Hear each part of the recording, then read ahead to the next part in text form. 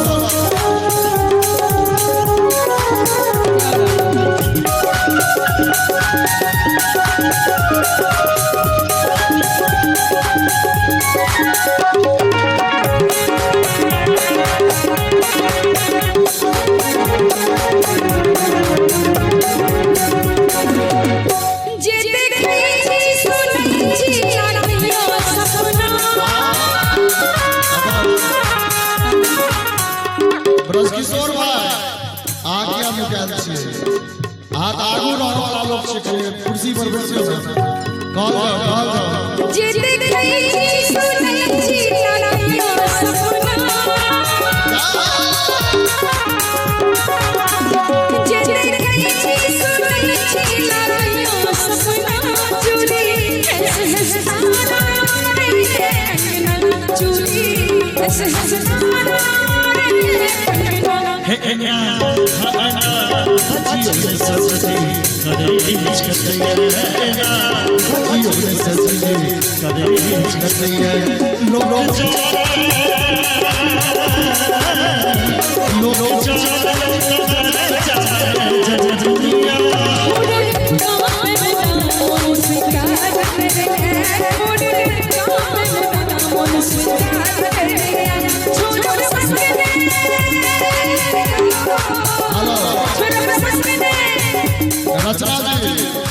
मोछ वाला देखे छियै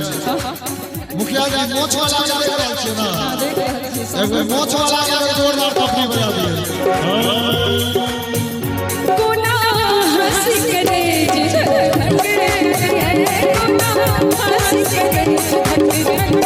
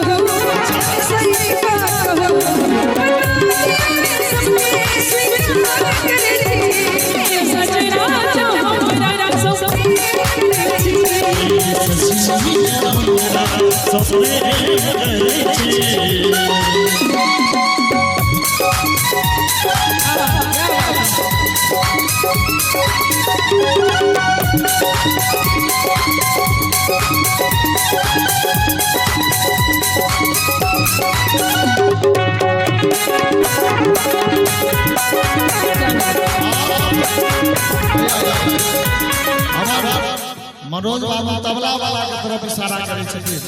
ई बच्चा एखन सीख रहल है, 150 घर छिए आ ए लगा के दोसर मंच से बच्चा के